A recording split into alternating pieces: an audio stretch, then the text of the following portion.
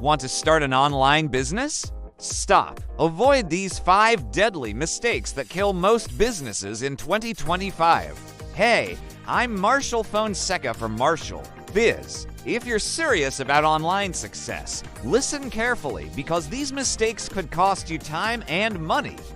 Mistake 1. Ignoring your audience. If you don't know who you're selling to, your marketing will fail. Research your customers first. Mistake 2.